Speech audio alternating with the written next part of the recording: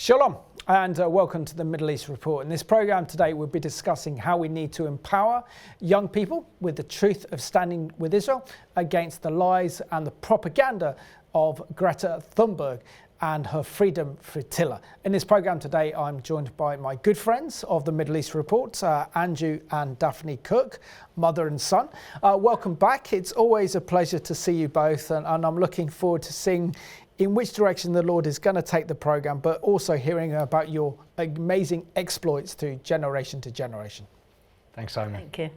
I'll start off with you, Andrew. So can you give us an update on what you guys have been up to with generation to generation? I mean, you often go to North London to show comfort and solidarity with Jewish people who feel traumatized by the rise of Jew hatred in this country.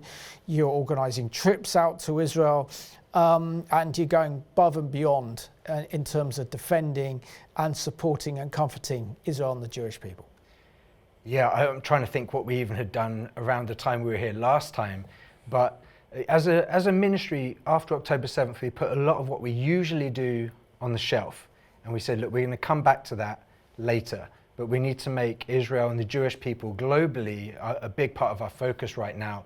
So like you said, we've done 4 solidarity and serve trips to Israel post October 7th. We were actually meant to go again very soon, but it looks like that's going to be postponed given the current situation with Israel and Iran. Going to London, we actually have just done 6 weeks traveling all over Brazil, and we're doing our generation to generation conferences, but we said to them, look, if we're coming there, can we have a session to talk about Israel? And they all said yes. We managed to do that, talking about Israel. Then we got invited to speak at a rally with 50,000 young people. And the president of Brazil is not exactly a fan of Israel. He's a Hamas sympathizer. And we got to speak right before the mayor. So I said to the organizers, we're happy to talk. Can we talk about Israel? And they said, talk about whatever you want. So we got up, talked about Israel right before the mayor got there, and had 50,000 people shouting out, Israel, you are not alone. Wow. And we've had an opportunity to take some of those clips and show those to Jewish people, both in Israel, globally, and the tears fall, the hugs, as they see, actually, look, we aren't alone. There are other people out there that are standing with us. And so that's really been a big part of the focus for the ministry post-October 7th. We were actually just talking the other day, you know, after all of this, we get to the other side.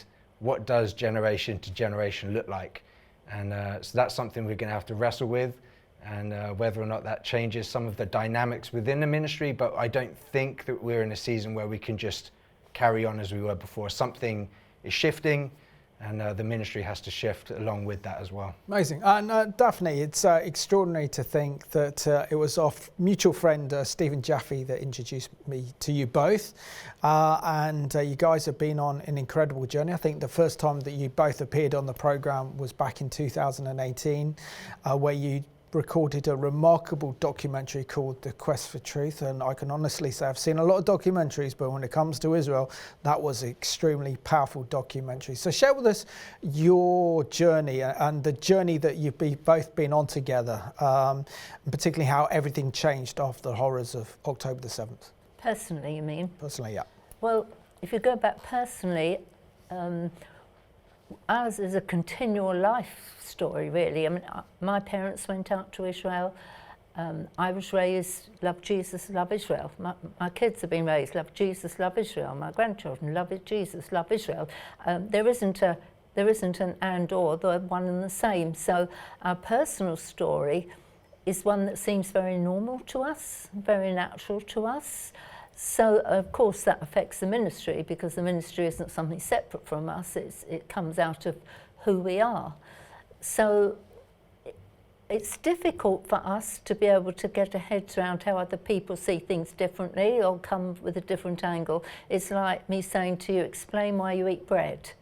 You know, well, I've been raised, this bread is what I eat. And if I said to you, well, why? How do you eat it? You would look at me like, what are you talking about?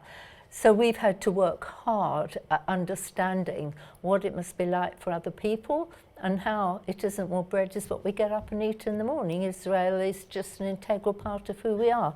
So I can't break it down into any stages. It's just a life flow that I pray literally within our own family and globally from generation to generation this rolls on. But share with us the impact of the documentary you both made back in 2018 called The Quest for Truth. 7 years on, what was the legacy of that documentary? Well, it's many. First of all, it had an effect for us. The people that we used out there, spoke out there, significant figures, they're our friends today, and they are still speaking to our groups and they are still making input. It wasn't a one-off where they've spoken to these and it's not going to happen anymore. Most of the groups we come out are exposed to a lot of the speakers that were on there. So on that respect, it's still going. It's out there on YouTube, and there's 2 documentaries, identical, but one has an extra section for churches, for Christians, for believers, and the other one hasn't got it. So that still can roll out into schools, into colleges. The young people themselves that went out there are now advocates for Israel. The sad news is, this was some years ago, everything that we addressed on that documentary still applies today. We hit all the key issues that still as applicable today as they were then, which is good news because it's still relevant. It's sad news because not a lot has changed. So let's have a look at this excellent trailer called Quest for Truth, and it's extraordinary to think this was made in 2018 and how the situation in Israel now is far more precarious and intense after the horrors of October the 7th. So if you haven't seen this documentary, then can I really recommend it? It's superb. Take a look.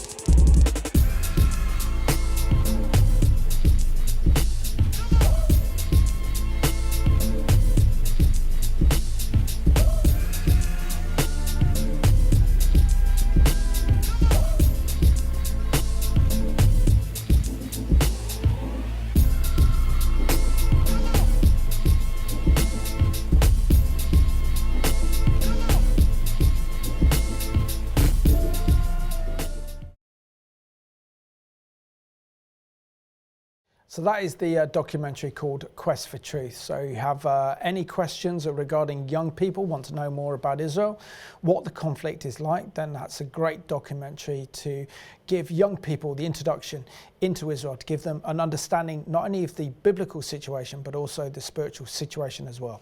What I loved about that documentary, and I know that we recorded 2 parts, we did 2 programs with you guys back in 2018 on the Middle East Report, unpacking the documentary Quest for Truth.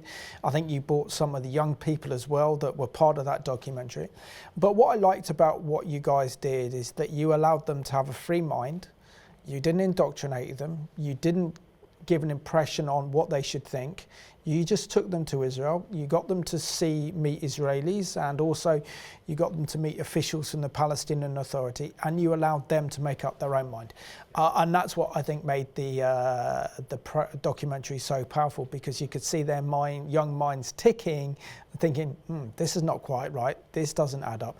Share with us the significance and such importance of empowering young people with that biblical, but also now with that contemporary political truth of what Israel is going through, because we know after October the 7th, Israel has been absolutely demonized and pummeled in social media.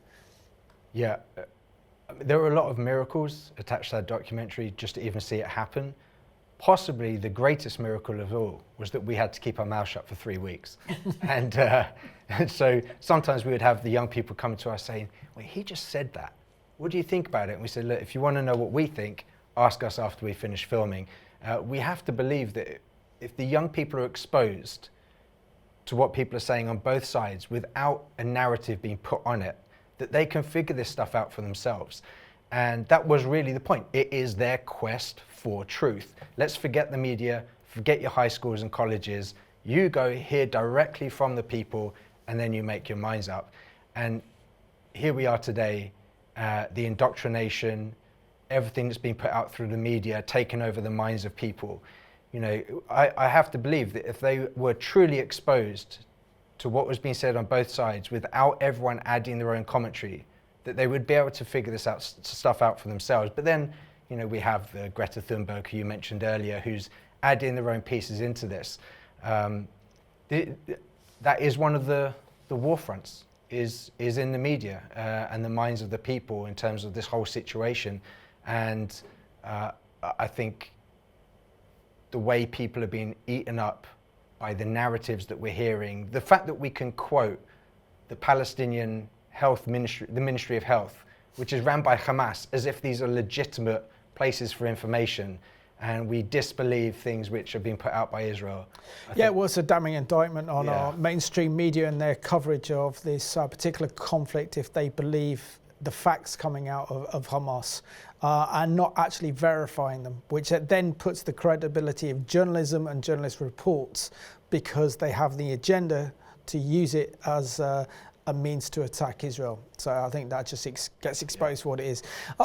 Daphne, share with us, because you have such a passion and love for young people, and that's why, you know, obviously from your own experience of your parents, your grandparents, then your parents passing on, now you pass that on to your son and on your children as well, and now your grandchildren are taking up the cause. Share with us the challenges that young people face today, particularly when it comes to social media influences, and there's almost like a collective mind, a collective thinking and a collective thought now that individual thinking, rationalism, assessing things and working things out is really pushed aside. And it seems like, for example, in this generation now, the hot topic a few decades ago was South Africa and against apartheid. Now it seems that the big issue to confront is Israel, without any understanding of the truth that underlines it. It is a massive challenge for social media, and I do believe that as Christians we need to be in that space. People who can do it effectively, not people like me who are going to put out something that technically doesn't stand. We've got to have quality out there for them. However, I go a bit against the grain in that I'm always going back to what does the Bible say? How does the Bible say to reach the next generation? Because we can come up with all our ideas, which are good and we should be doing, but if we're missing what the Bible says and how to reach them, we're not going to reach them. And the Bible says there are 2 ways to reach the next generation. 2. One is parents discipling their children. So therefore the problem is we haven't got a generation of parents who are standing up for Israel and passing that on. If it's not reaching their children, not reaching their families, where is their own passion for it?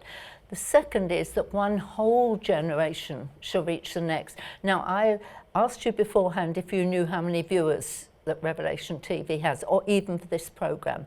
I don't know how many who watch are already passionate and understand God's biblical mandate for Israel. So the vast majority. Right, the vast majority. Now, here is the horrific thing to me. Let's say, and I know you have far more, but let's say you had 5,000 people watching and they all reached 3 of the next generation in their families, in their sphere. How many did I say? 5,000. You would have 15,000 of the next generation reach like that, and they would all be being discipled in it. So the challenge to every viewer who's watching today, if you have young people in your sphere, grandchildren, nieces, nephews, neighbours, whatever, and you're supportive of Israel, you have a biblical command, and it's not a suggestion, to pass that on to the next generation. That is the way, biblically, we're going to turn this around. That's great. I mean, that's really insightful, and it seems also simple and obvious. But also the other factor to add to that, isn't it, is to actually, for young people to see Israel for themselves, to see Israel with their own eyes, to taste the land, to experience the land, to interact with Israelis and interact with Israeli Arabs, to visit Jerusalem, to see the Bible come alive for themselves, and to understand that Israel is there through fulfillment of biblical prophecy, and God's hand of protection is over the nation of Israel. Yeah, 100%. And that's a big reason why when we take our groups, we want multi-generational groups. And we always do it in a season where it's very hot in Israel, but we want that window to be open for young people to come out there and see for themselves.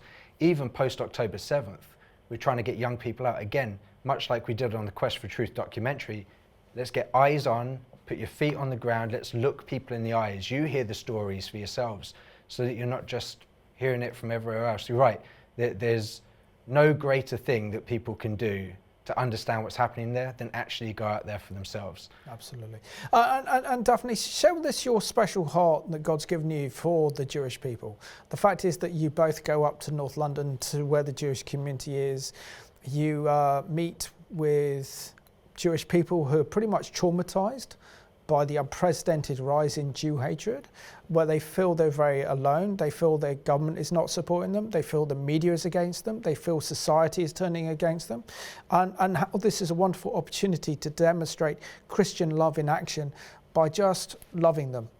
And that's all we've got to do, isn't it? Yes, but I would take that further. It's not my heart, it's his heart. Amen. You can't, like, if you say to me, Daphne, I really care about you, you know, I'll do anything for you, and Andrew is in trouble, and you're not going to do anything about Andrew, you don't care about me. I'll be saying to you, go and help Andrew, go and see what you can do for Andrew. Oh no, but Daphne, it's you I'm thinking about. I don't want to know. And so I think it's, if we love Jesus, we have to love them. They're his special possession, the apple of his eye. They're his heritage. I mean, everything he says about them, he says he's zealous for Zion. Well, people say, I want to be like him. I want to love what he loves. Then you have to love Israel. And I just want to throw one thing in here. I am encouraging people not to say you support Israel. That's too political out there. I say to people, I stand on God's covenant and promises to Israel. Let's take it back to the grassroots level of what we are actually supporting. And it's God's covenant, God's promises, God's heart for them. And just like, hopefully you would stand by Andrew no matter what he did. You wouldn't be coming saying to me, Andrew did this, I don't have any more to do with you.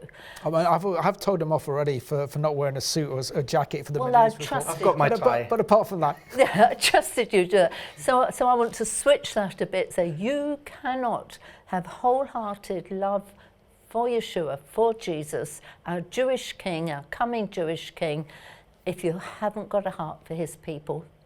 Amazing. And so I think 80% of the evangelical church in the Western world is going to have a big shock, aren't they? Share with us, Andrew, the Radical podcast that you do, and the whole idea and the concept of doing a podcast and the different types of guests that you get on the programme. Yeah, originally, I don't know if we can say the C word, but the CVID that we all went through, that was the origination or the originator of the podcast. You can say pandemic. The pandemic, there we go. I don't know what's going to get blocked and all that kind of stuff, but I realised very quickly we're just going to disappear because we're used to travelling, standing on platforms and speaking, and now that's suddenly gone. So we started doing the podcast. A lot of it really was just inviting guests that have lived a radical lifestyle. And now we can define radical in all kinds of different ways. But we can have one and learn something from them, things they've gone through. What can we take from that ourselves and be inspired by? I mean, we've had everything from pastors to worship leaders to WWE wrestlers to Marines. You know, we span the gamut in terms of guests. But after October 7th, it's primarily been focused on what happened there, having different experts, survivors, having people on sharing either what's happened to them at Magen David Adom, for example, at the ambulance service, and what happened to them during those days. and really trying to expose more of what's been happening there from people on the ground, again, so people can hear directly from the people there. And it's a big part of it, I think, is for us. I love having those conversations. I would want those conversations even if there wasn't a camera on us, even if we weren't putting it out there for anyone else. Really, we say to guests, this is just us having a cup of coffee and chatting. And we just record it so everyone else gets to sit in and listen to the conversation and leave some comments, hopefully, some nice ones from time to time. But yeah, it's called Radical Lifestyle, YouTube, it's wherever you find podcasts. Yeah, so let's have a look now at the Radical Lifestyle podcast produced by Andrew and Daphne Kirk.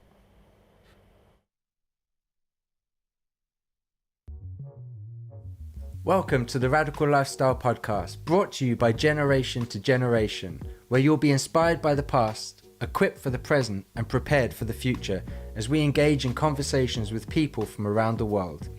If you've been inspired by the guests that we've had on the podcast, please like, subscribe, comment, hit notification bells, whatever you can do on the platforms that you're listening on, so that more people have the opportunity of hearing these and engaging in our community. Hello everyone, this is Andrew and Daniela. My guest today, or our guest, is Chen Malka. Now, Chen, for people that don't know who you are, could you just say a bit about where you're from and what you're up to these days? Hi everybody, my name is Chen. I'm 25 years old. I'm from Israel. I'm a Nova survivor. For those who don't really know what that is, it's a festival that happened on October 7th in Israel. And there was a huge terror attack that happened in the festival. I kind of stopped working since then. What I usually do now is tell my story about this experience and spread awareness to what happened on October 7th.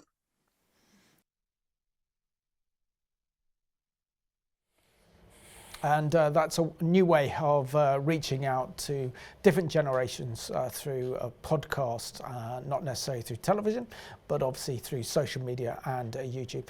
Daphne, share with us a little bit, can you, about the important solidarity missions that you've both organised post-October the 7th to show comfort and support for Israel, particularly those survivors of October the 7th and the absolute trauma that they've been through. I mean, we're talking about a modern genocide. We're talking about a mini Holocaust that took place on October the 7th.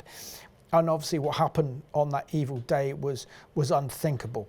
The unthinkable happened. And the trauma, the hurt, the pain that has actually inflicted, not only of those who survived, but psychologically on Israel as well. Well, there's three aspects to it, but there's an underlying base reason. The three aspects: to show solidarity, turning up, showing solidarity to the speakers we have, showing solidarity to the people in the streets, serving. So we literally have been from the north to the south, and we spend time serving people wherever there's a need. We'll roll up our sleeves and serve. The third aspect is we are very, very proactive in sending people back to their nations as equipped advocates to bear witness to what they saw and heard, because it's all going to be gone soon, and we have to have people say, I saw, I heard, I know. But the underlying reason, in Gethsemane, Jesus was with his disciples, and he said, could you not watch with me an hour? What are the key words in that? I think the two key words are with me. And when you're in your most desperate situation, you're hurting, you're traumatized, you're in agony, as Jesus was in Gethsemane, to be left to do that by himself, to be left with the disciples going to sleep, must have been one of the greatest areas of pain, because his father was going to desert him. And it's called the power of presence. And when people are left to suffer alone, their pain, and this is a psychological effect, increases. And so for us to go out there, for them to see face to face, and we're walking the streets, we're talking with them as a culture of the group and saying, we've come to let you know you're not alone. I have given more hugs out there than ever. I have had people hugging me and crying on the streets of Jerusalem. We have had people pouring out their hearts, and that is us not doing what the disciples did to Jesus. He told us to enter into his suffering, to have fellowship with him in his suffering. Fellowship is a relationship. It's being in it together. It's not me sending you an email from over the ocean. It is in it. And if we want to be in the fellowship of his suffering, because it is his suffering what's going out there, it's not an email. And I'll say this very carefully. It's not, I prayed, check it. We've got to be out there, step into it, and it's painful for us. You know, I have wept out there, but we've got to be in fellowship with these people, share in their suffering, share with his suffering in it, and not leave them to suffer alone like the disciples did in Gethsemane. Absolutely. And Andrew, do you want to share any stories that you've had of how you've been able to reach out to Israelis? Because I will very much remember the program that we recorded back in 2024, the early 2024. I've never done a Middle East report like that. It was more like a therapy session sharing our experiences of visiting Israel post October the 7th and going through the trauma that we both saw, but knowing we don't have to live with that. So share with us some of the way that you've been able to bring comfort to the Jewish people in Israel, as described by Isaiah 40, comfort you my people, O Jerusalem. Yeah, and I'll give you some for England as well. There's a lot of examples where we talk to people in the streets and we just go to them and say, look, I just want you to know I came from England to let you know you're not alone. And we then be quiet, we let them respond, and then we follow with where they take the conversation. And some of those, I remember talking to a couple by the Kotel, the Western Wall, and I went and I said that to them, like, I just want to let you know I came from England to say you're not alone. And they responded with a British accent. So I said, oh, you're from England? They said, yeah, we just made Aliyah a week ago. And I said, wow. And they said, yeah, this is the first time we felt safe in years. And I said, congratulations for you. I'm glad that being here, you now feel safe. Bearing in mind, they're in a war zone and they feel safe. I said, that's horrendous though for me, as someone from England, to know that for so long you lived in my country and you didn't feel safe, and being able to engage with them on that. But bringing it even back to England, we went to go and have a meeting at the House of Lords, and I went to go through security, and there was a policewoman there who looked at my chest and she saw this and she said, thank you for wearing that. And I said, what, this? She said, yeah, I'm Jewish. And for people that know London, right across from there is a patch of grass where all the protests happen. And so she says, people don't realize how hard it is for me to have to stand here, be stationed outside Parliament, and have to have Palestinian pro-Hamas rallies waving flags in my face. And I've got to try and act professional. And she said, my supervisor knows that I'm Jewish, and he'll come to me and say, do you need to go for a walk? And she will. Anyway, Mum came over and caught up with the conversation and said to her, if you weren't wearing a uniform, I'd offer you a hug. And she goes, I might be in uniform, but I want the hug. And so there we are outside the House of Lords, Mum hugging this woman. Look, you need to go to Israel. But even just wearing something like this, which is a bring them home about the hostages, wearing a yellow pin for the hostages, when there are Jewish people around and they see it, it brings comfort to them knowing that they aren't alone. Just by doing that, you don't even have to be all loud about it. Just this, a subtle sign brings comfort to them. Even we were on the underground train in London and there was a Jewish family, and I was just standing there, and along comes this family. They stand right in front of me just for one stop, and the father looks at my pin, the yellow ribbon, and said, thank you for wearing that. Wow. And we didn't talk. I said, no problem, it's the least I can do. And they got off the train. But it brought a comfort to them, seeing someone else being willing to stand there for them. And so I would encourage other people, if you have a heart, just do the small things. It may seem small to you, but for someone else, it means the world to them. And that just reminds me of the next thought, really. Daphne, share with us how Christians need to come out of their shyness. And sometimes when it comes to interacting with Jewish people, a lot of Christians don't know how to approach Jewish people. I've seen it with my own eyes. There are many that do, but just encourage those who are a little bit fearful about reaching out to the Jewish people, how important that is to tell them they're not alone, and that as Christian supporters of Israel, we love them and we're standing with them.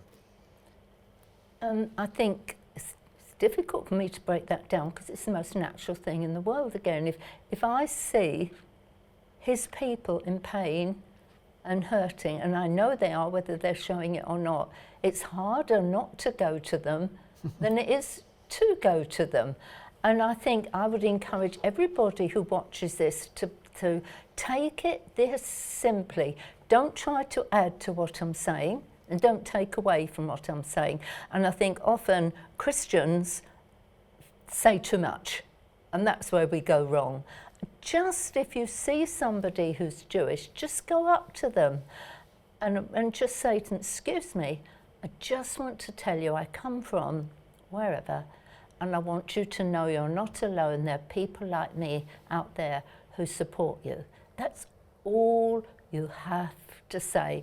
And we have taken many people out in Israel, in the UK or America, and we have shown them how simple it is. It's that simple. So go do it.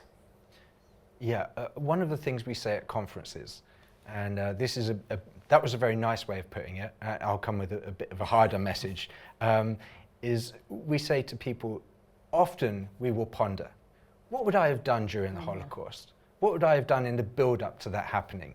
And it's something that people often question. And we say to them, we can tell you exactly what you would have done in the Holocaust. It's what you're doing now. Nothing. Now, there was a heavier price to pay then. There is a price now.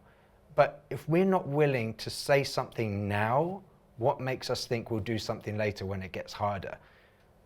Very true, very true. And the days in which we're living in certainly echo those of the 1930s and 40s. And sadly, when we see the Jewish people are coming under attack, we know that that is a warning that the rest of society is also under attack. I would say too, make your home available. The Jewish people are already needing somewhere to go, somewhere to feel safe. We have had fleeing Jewish people in our home already. And I would say, I mean, at the minute, while they're stranded in maybe our nation, look around. They can't get back home, many of them. Welcome them into your home. It's just the compassionate thing to do. Absolutely. And that is rewarded 100-fold. Because I know that not only do you keep company with Israelis, but knowing there are incredible people of love and depth. And if you're ever in a crisis, you want to be in a crisis within Israeli. Just moving on to the topic a bit more about young people, because generation to generation really does focus on empowering the next generation with God's plans and purposes and love for Israel and the Jewish people. Share with us the extent of the battle when it comes to social media in the minds of young people, because we're seeing that this is an absolutely relentless attack on Israel and the Jewish people, particularly when it comes to the kind of social media platforms. Yeah, it's very tough. And if people haven't got ways of finding out the truth or seeing more honest reporting, it can be very easy to see how they just end up anti-Israel. And even people we talk to, they say, what do you think? Because they know we've been there. They say, all I see is the BBC. All I see is what this place is saying or that place is saying, and it looks horrendous. And so we then get to speak about what we've actually seen on the ground and combat some of the lies that they may have seen in the media. I encourage people, check out people like you who are trying to have people on who are giving honest opinions about what's going on. And even for us, someone would say, who do you recommend we look at for truth? And a lot of the people I follow are on the ground, Israelis. And I say, well, they're going to easily just dismiss that and go, well, of course they're saying that. They're Israelis. Honest reporting are a good place to go. They combat a lot of the lies in the media. But it is relentless right now around Israel. Even with people like Greta Thunberg, who puts a video out right before the IDF get to their boat, and she says, we've been kidnapped. And people are going to believe this if they see it. What an insult to the people who actually have been kidnapped and taken hostage on October 7th. And here she is, we've been kidnapped, help get us out of here, and they're given sandwiches and things like that. I mean, it is relentless, and even the content we put out on Radical Lifestyle Podcast, the comments, it's just absolute battering of anti-Israel propaganda, people that have swallowed the lies in the media. And even more so is the importance that we go back to what Daphne was saying earlier, of one generation, the older generation, taking responsibility of sharing truth to an emerging generation who's getting eaten up by what they're seeing spread out there in the news. Before the program, you discussed something very important, and I think it's important to actually share that on the program, Daphne.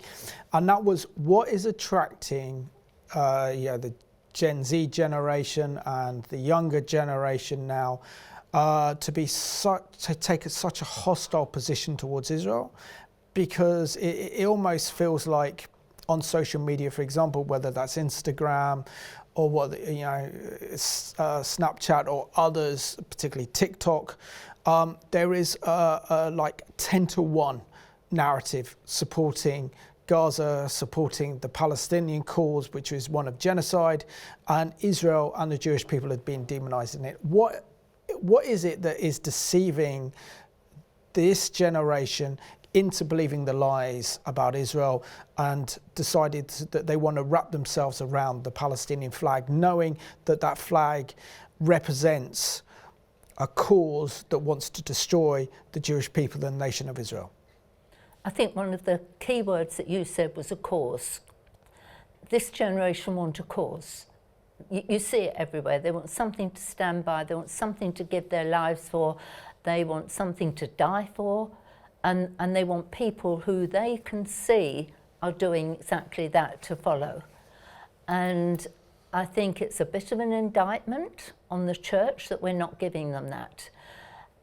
I think social media elevates people, whether they are actually out there as radical and as committed as social media shows them is debatable.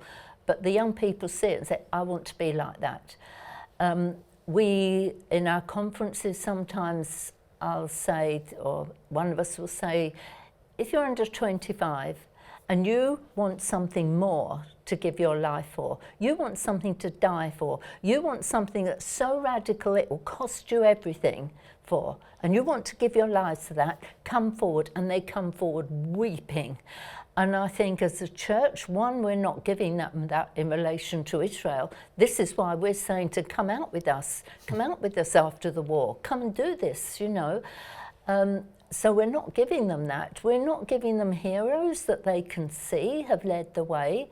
We're not giving them something to die for. I mean, I'll give a couple of examples. Let's think of it at Standard Church. The end of the message. Everybody bow your heads, close your eyes. Now, if you want to give your life to Jesus, just raise your hand while every eye is closed. Thank you, thank you, thank you. You can sit down now. Everybody open your eyes. I'm like, what is this Christianity? Why aren't we saying, if you want to give your life for Jesus, stand up now. This is something to give your life for. You may literally have to give your life, but stand up now. Let's cheer them on. This is something to be bold and brave about. At the very inception, we make it something covert and underhand. One of the reasons why we feel empowered to do that is we have given our lives. We've been stormed by police, we've been under police guard, etc. So we want to say to them, follow me as I follow Christ. The biblical example is Mordecai and Esther. Everybody talks about Esther standing up for the Jewish people. It wasn't about Esther, it was about Mordecai. He took that girl from the next generation, raised her. He gave his life first. He wasn't saying, you go and do it. He said, I've done it, you've seen me do it, now it's your turn. And that is what I think is a big missing element with the next generation. Absolutely. No, that's a very good point you made. Give us your thoughts on, I'm reading my notes here because I want to get my words right. Give us your thoughts on the embarrassing and pathetic fiasco that we saw a few weeks ago with Greta Thunberg and a freedom flotilla, believing that she and other so-called social media celebrities were going to break the siege of Gaza, and they were going to deliver vital humanitarian aid because, after all, Israel is committing genocide in Gaza. Unpack the absolute stupidity and the embarrassing fiasco of this freedom flotilla that we saw, where Greta Thunberg left from the port in Italy to make her way across the Mediterranean to Israel. Yeah, we can look at this at all kinds of angles. In a way, if she is going to go back to activism in terms of championing the climate and cleaning up the oceans, she probably should be fired at this point. There's footage of as the IDF are approaching their boat, of them taking their mobile phones, their laptops, and throwing them into the Mediterranean Sea. So I guess they're all about climate change everywhere around the world, protecting the oceans, the ozone layer, and all that kind of stuff, just not there around Israel. So actually just how serious she is about all of that, we can now call into question. But then, you know, she's seen smiling, she get hand-delivered sandwiches, and but right before that, then she's posting a video saying, we've been kidnapped, as I was referring to earlier. But then they're taken to go and actually see the footage, which was taken from the GoPros from Hamas. They filmed the atrocities of October 7th live, some of it on people's mobile phones, where they live streamed to their family members as they were killing people. And so they were taken to see this. I think it was roughly 40 minutes of footage, and when they realized what it was, they turned their backs and refused to watch this. Now, if they were serious about human rights issues, they should care about people in Gaza, they should care about people in Africa, in Sudan, in Kenya, they should care about people in China, they should care about Jewish people, Israelis there, and they refused to watch what happened there. So again, you call into question, what was this actually really all about? And the humanitarian aid, the vital humanitarian aid that people in Gaza need. I talked to someone in Israel who's a part of the IDF, and he told me they had 50 kilograms of flour. That's the vital aid that they were bringing to people in Gaza. I mean, it's a joke. And this was a publicity stunt. But again, these people wanted to do something. They wanted to take a risk, which is what this younger generation is wanting to do. But I just hope that people can see through what this really was all about. This wasn't because they really cared about people in Gaza. It wasn't because they're really interested in the situation. If they really cared, while you're here, actually watch what happened to people in Israel. Go and meet with some survivors. Actually try and figure this thing out for yourself. Don't just refuse to engage with one side of the story and only swallow what's been put out in the media from the other one. So let's see this report by CBN regarding Greta Thunberg's historic visit to liberate Gaza from Israel. Greta Thunberg and her flotilla comrades refused to watch the videos of Hamas's atrocities on October 7th. Well, what does this say about their protest? Dominique Hoffman of the Philos Project joins us now. So Dominique, what does this say about Greta? Well, thank you for having me. And I think this really exemplifies that the Freedom Flotilla, as it has been called, was on a journey to first make a political statement about Israel. I don't think this flotilla ever expected to actually reach Gaza. They were waiting for that publicity stunt, that moment to then turn to the world and claim that they were kidnapped by Israel. And I think it highlights the political narcissism and the performative activism that has really swept the West over the last many years, but is really at the corner of this social justice movement that Greta Thunberg is really the head of. You know, I'm going to say a little statement that might come across as harsh, but let me preface with this. I am a hypocrite. I have no judgment to lay on anyone else's plate because I know myself. I'm flawed. I'm a sinful man, and I'm a hypocrite. That being said, this to me, Greta, I know you're only 22, and if you're watching this, again, it's not because I come from a place of judgment, but you have made a name for basically shaming people for not paying attention to climate change, right? That's why you're famous.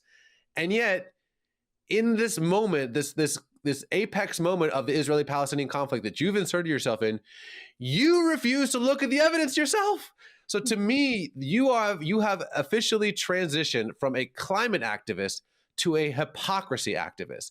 So you've lost all credibility with me.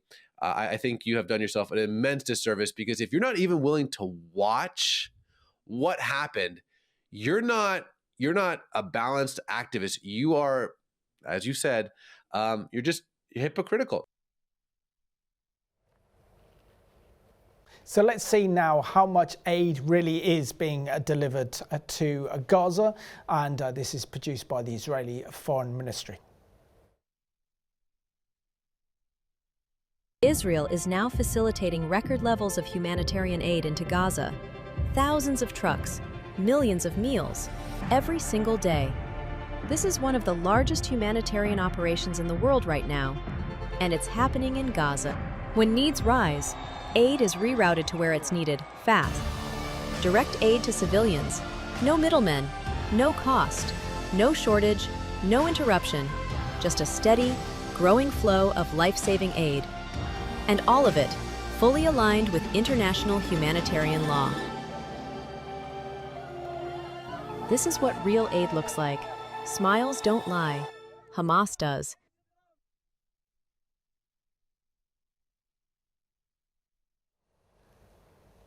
So there you go.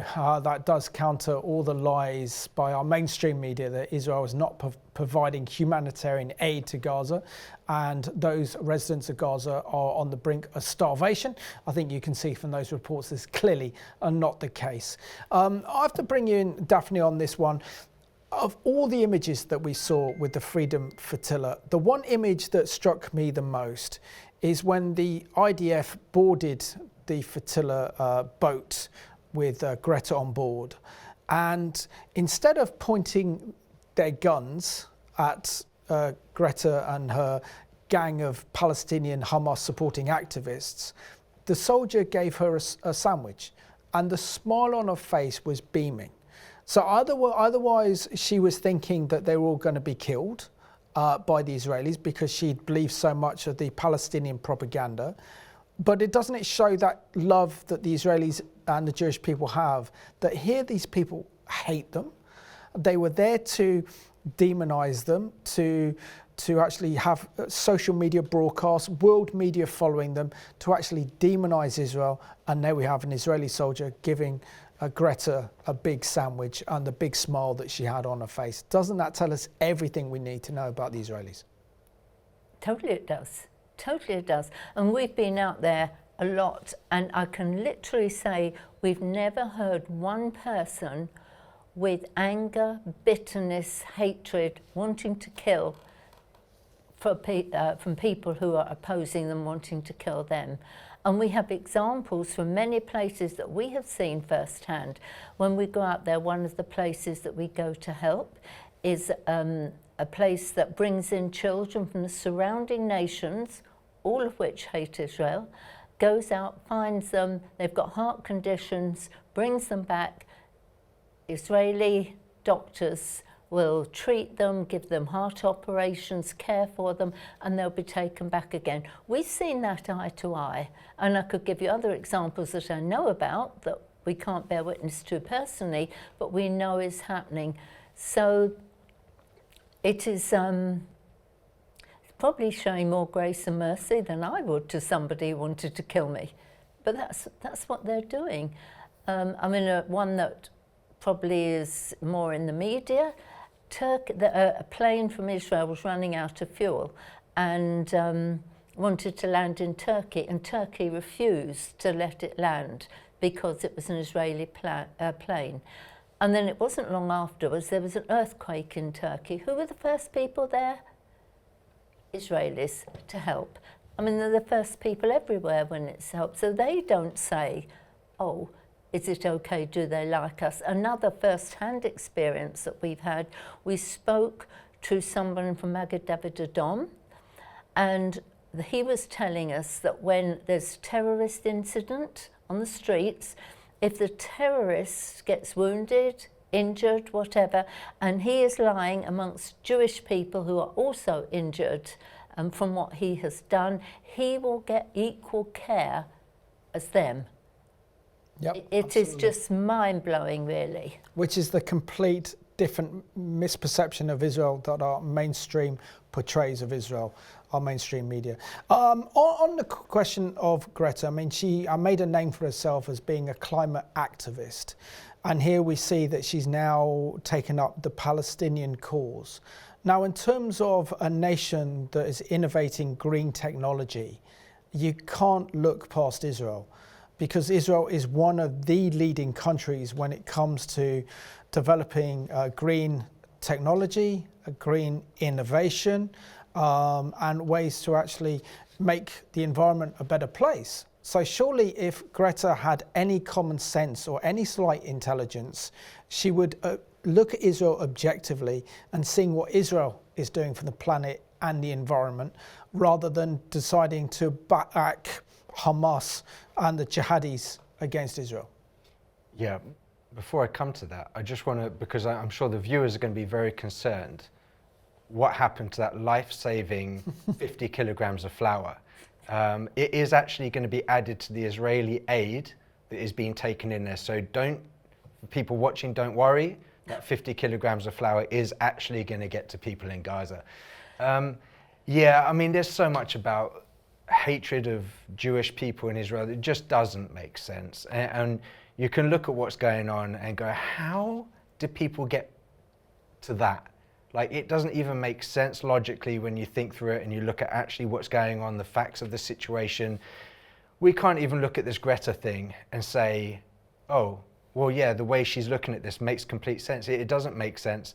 And I think at the end of the day, Jew hatred is a cancer of the mind, and there's no way of getting around it. And if you hate Jewish people that much, if you do not like Israel, everything else will just fit neatly into that paradigm, into that narrative in your head that you have, and you're going to run with it.